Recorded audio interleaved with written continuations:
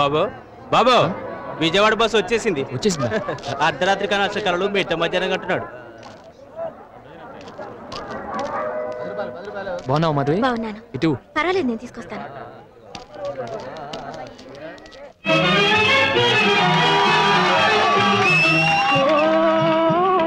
దేవదా చదువు ఇదేనా మనవాసి వదిలేసి అసలు దొరల్లే చూటుబూట. దేవదా చదువు ఇదేనా మనవాసి వదిలేసి అసలు దొరల్లే చూటుబూట. దేవదా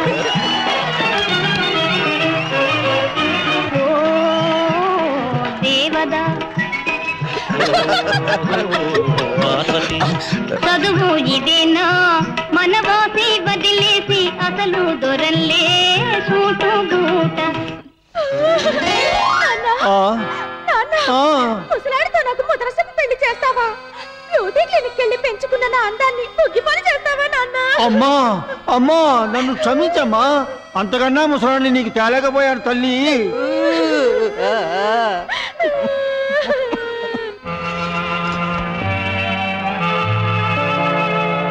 जग में माया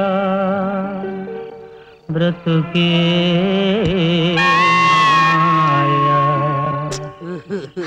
రా బావ వెళ్ళిపోదాం. దేనికి? నాకు ఈ నాటకం నచ్చలేదు. ప్రేమించింది ఒకళ్ళని పెళ్లి చేసుకునేది మరొకళ్ళనా? అందులోనూ రేపో మాపో చచ్చిపోయి ముసలాన్ని చేసుకుంటుందా? అవును, తప్పు కదా. ఈ నాటకంలో ఆ ముసలాన్ని పెళ్లి చేసుకోవడం నీకు ఇష్టం లేదు అంతే కదా? దీనికి వెళ్ళిపోవటం ఏంటి బావా? నాటకం ఏం చూడండి మీరు. నాటకం మంచి రసపట్టులో ఉంది బావా. డబ్బులు ఏమైనా ఇవ్వాలనుకుంటే నాకివ్వు. నాటకం అయ్యాక పార్వతి జాకెట్టుకు నేనే గుచ్చుతాను. మాధవ్కి ఇష్టం లేని నాటకం నీకెలా నచ్చిందా? మాధవ్కి నచ్చలేదు. నచ్చలేదు అయితే నాకు నచ్చలేదు. అందుకే కళ్ళంబడి నీళ్ళు వస్తున్నాయి. ఎవడరా ఈ నాటకానికి ఆర్గనైజరు? కమాన్. చెన్నై గారు పిలుస్తున్నారు. నమస్తే సార్. నమస్కారం. నువ్వేనా నాటకం ఇచ్చేది? Yes sir. దీనికి కథ, స్క్రీన్ ప్లే, మాటలు, పాటలు, మ్యూజిక్, డైరెక్షన్ అన్ని నేనే సార్. ఏంట్రా కదా? బంగారం లాంటి అమ్మాయి నా ముసలాడికి పెళ్లి చేస్తావా? దేవదాస్ కథ అలాగే ఉంటుంది. అయితే మార్చేయి. మా మాధవ్కి నచ్చలేదు. స్టోరీ మారిస్తే కిక్ బావా. ఒక కిక్ ఇచ్చారంటే కిక్కు దానంతా అదే వస్తుంది. కథ మార్చబోయ్. ఓకే ముసలాడి రమ్మను. రే అబ్బాస్, లేకపోతే నరికేస్తారు. నమస్కారం. ఏమయ్యా, ఈ వయసులో ఆ పసిపిల్ల మెడలో తాళి కడతావా? డైరెక్ట్ గారు కట్టమన్నారని కట్టేశానండి. బావా, వెనక్కి తిరిగి చూడకుండా పరిగెత్తగలిగితే నీకంటే అదృష్టవంతుడు ఉన్నాడు. మరి నా బేట ఇంకా తీసుకోలేదయ్యా. ఇచ్చి పంపించవయ్యా, లేకపోతే తంతాడు. See mister Abbas, change your name please. అలాగేనయ్యా. ఏమో ఇంకా నిలబడి చూస్తావు? వెళ్ళి దేవదాస్ కప్పలకి పెళ్లి చేయి. ఇదిగో దేవదాసు, ఆ పిల్ల మళ్ళీ తాళి కట్టు. అలాగే. ఇదిగో ఆ తాళేదో కట్టవే తొందరగా. తాళి ఎక్కడ? అదిగో ఆ పిల్ల బిళ్ళ ఉంది కదా. ఆ పిల్ల బిళ్ళ వద్దు, ఆ బుస్సోడు కట్టింది. అదే తీసి మళ్ళీ కట్టవే బాబు. లాజిక్ పోతే నా తాడితే గిట్టుంది. కట్టమంటుంటే కమాన్ ఐసే. కూర్చోబావా. మన కలర్ టీవీ కళలు నెరవేరైపారు. మళ్ళీ సాంగ్ పాడి స్టెప్ లేద్దాం దేవదా. వేసుకో.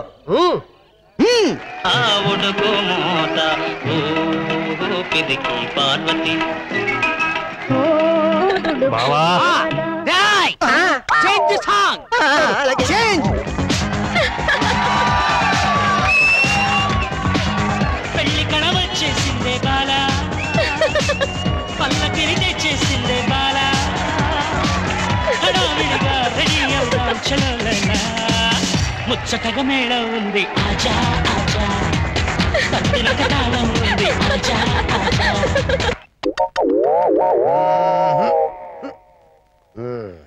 ఏదమ్మా ఆ చూపించు నీచంగా. అయ్యో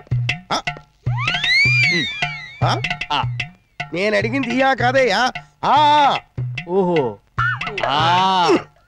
ఈ ఆ కూడా తెలియకుండా కంటి డాక్టర్ని ఒంటి డాక్టర్ని అయిపోయాను అనుకున్నావా నీచంగా? నేను అడిగింది ఆ అమ్మాయిని ఆ నోరు తెరవమని.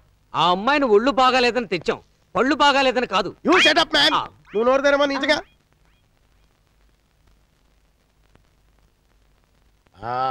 పెద్ద జ్వరం ఏం లేదు నీచంగా.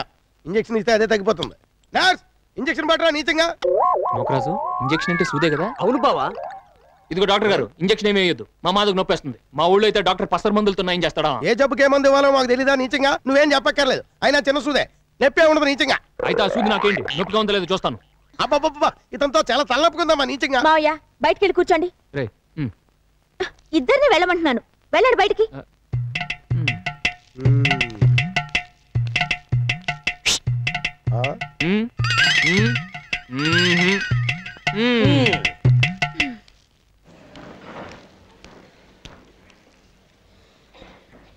ఏంటి ఇంజక్షన్ ఇచ్చాడా? అవును. అయితే నువ్వు వెళ్ళి కారులో కూర్చో, మేము వెళ్ళి ఫీజు ఇచ్చేస్తాం. నోకరాజు నాలుగు బయట నీచంగా. ఇదిగో పశువుల డాక్టర్ దగ్గర మనుషులకి ఏంట్రా పని? అర్జెంట్ గా వెళ్ళిపో. డాక్టర్ గారికి ఫీజు ఇవ్వాలి. నా స్టేట్మెంట్ ప్రకారం ట్రీట్మెంట్ ఇవ్వమంటే నీ సెంటిమెంట్ ప్రకారం ఇంజక్షన్ ఇస్తావా? ఏమిటా నీ దబాయింపు? నేను ఇచ్చిన ఇంజక్షన్ చిన్నపిల్లలకి ఇచ్చిన ఇంజక్షన్ నీచంగా. నోకరాజు వస్తున్నా బావా. ఏం చేస్తున్నావయ్యా? దొరికింది. అయ్యి బాబు దాంతో పడితే కోమలోకి వెళ్ళిపోతున్నాయి బాబు.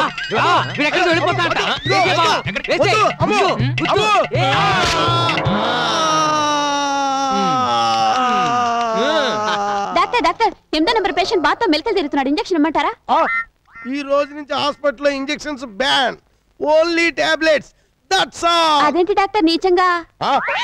అబ్బా కొట్టిందిరా నీచంగా. ఏంటి డాక్టర్కి ఇంజక్షన్ పొడిచారా?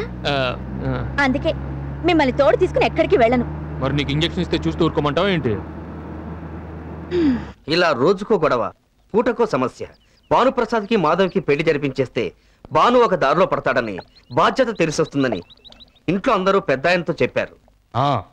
మేకపల్లిని ప్రేమగా పెంచి అమ్మోరికి బలిచ్చినట్టు మాధవిని వీడికిచ్చి పెళ్లి చేసి దాన్ని గొంతుకోయమంటావా?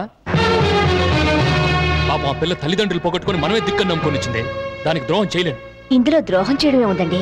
వాళ్ళిద్దరికి పెళ్లి చేయాలని వాళ్ళ చిన్నతనంలోనే నిర్ణయించుకున్నాం కదా. అన్ని మన చిన్నతనంలో అనుకున్నట్టు జరుగుతున్నాయా? మాధవి చదువుకుని డిగ్రీ తీసుకుపోతుంది. నీ కొడుకేమో వేలు ముద్రగాడు. అసలు అమ్మాయిని చేసుకోవడానికి వీడికి ఏమో అర్హత ఉంది? అర్హత ఏమిటండి అర్హత? మాధవ్ అంటే వాడికి ప్రాణం. ఆ ఒక్క అర్హత చాలదంటారా? మాధవి కూడా భానుప్రసాద్ అంటే ఎంతో ఇష్టం. ఎప్పుడు చూసినా వీడి వెంటే తిరుగుతూ ఉంటుంది. అవునన్న, మాధవికి అన్నయ్యకి పెళ్లి చేస్తే అన్నయ్య తప్పకుండా మారతాడు. ఇందులో ఆలోచించడానికి ఏముందండి? అనుమానంగా ఉంటే మాధవనే పిలిచాడగండి. నీ కొడుకులాగా దాన్ని పెంచలేదే. నేను గీచిన గీత మాధవ ఏనాడు దాటలేదు. మంచి రోజు చూసి ముహూర్తాలు పెట్టించి శుభలేఖలు కొట్టించమని చెప్పు.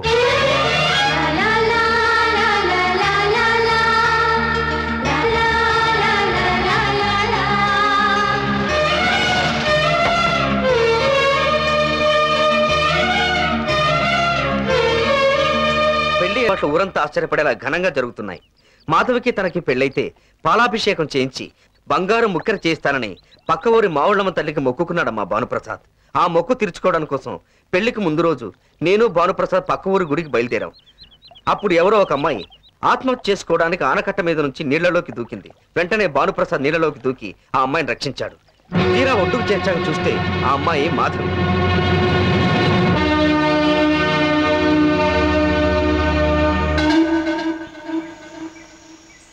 రేపు ఉదయం పెళ్లి పెట్టుకుని ఎందుకు ఇలా చేసావు? ఈ పెళ్లి నుంచి తప్పించుకోవడానికి వేరే మార్గం లేక. ఎవరిని అడిగి పెళ్లి నిశ్చయించారు? మీ అంతటా మీరే నిర్ణయాలు తీసుకుంటే నేనొచ్చి తలంచి తాళి కట్టించుకోవాలా? అయినా ఏం చూసి నేను పెళ్లి చేసుకోవాలి? చదువా, కల్చరా, డిగ్నిటీయా? వేలి ముద్ర మాత్రమే వచ్చిన వాడివి నీ వేలు పట్టుకుని 7 అడుగులు ఎలా నడుస్తాననుకున్నా? రేపు నా ఫ్రెండ్స్ అందరికీ నేను పరిచయం చేస్తే వాళ్ళతో ఒక్క ముక్క ఇంగ్లీష్ లో మాట్లాడగలవా? వాళ్ళ ముందు దర్జాగా కూర్చోగలవా? మాధవి, నువ్వేనా ఇలా మాట్లాడుతున్నది? ఇన్నాళ్ళు నువ్వు భాను సరదాగా మాట్లాడుకోలేదా? సంతోషంగా తిరగలేదా? ఆ ఇంటి పెంపుడు కుక్కలతో కూడా సరదాగా తిరిగాను, సంతోషంగా గడిపాను. అంత మాత్రాన వాడి చేత తాళి కట్టించుకోవాలా? అయినా నీ చేత్తో తాళి కట్టించుకోవడం కంటే ఉరితాడు బిగించుకోవడం మంచిది. ఉరి శిక్ష పడ్డ ఖైదీని కూడా నీ ఆఖరి కోరిక ఏమిటని అడుగుతారు. కనీసం అవకాశం కూడా లేకుండా చేశారు. ఎందుకంటే మనమే పెంచాం, మనమే చదివించాం. మనం ఏం చెప్పినా గంగిరెద్దులో తలూపుతుంది అనుకున్నారు. అంతే కదా? ఇన్నాళ్ళు నువ్వు నాతో సరదాగా తిరగడం, సంతోషంగా మాట్లాడడం చూసి నువ్వు నన్ను ప్రేమిస్తున్నావని అపార్థం చేసుకున్నాను. కానీ కుక్కలతోనూ కోళ్లతోనూ తిరిగినట్టు నాతోనూ తిరిగావని తెలుసుకునంటే మాత్రం పెళ్లి దాకా రానిచ్చుండేవాడిని కాదు.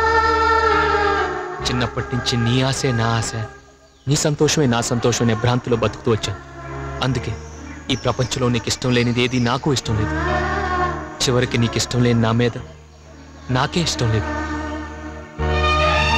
నీకు తగ్గ చదువు సంస్కారం ఉన్న వాడిని పెళ్లి చేసుకుని సుఖంగా ఉండు. నాన్నగారి మీద నీకు ఎంత గౌరవం ఉందో నాకు తెలియదు, కానీ ఆయనకు మాత్రం నీ మీద అపారమైన నమ్మకం. తన మాట అంటే నీకు వేదమని, తను గీచిన గీత నీకు లక్ష్మణ్ రేఖని ఆయన భ్రమలో ఉన్నారు.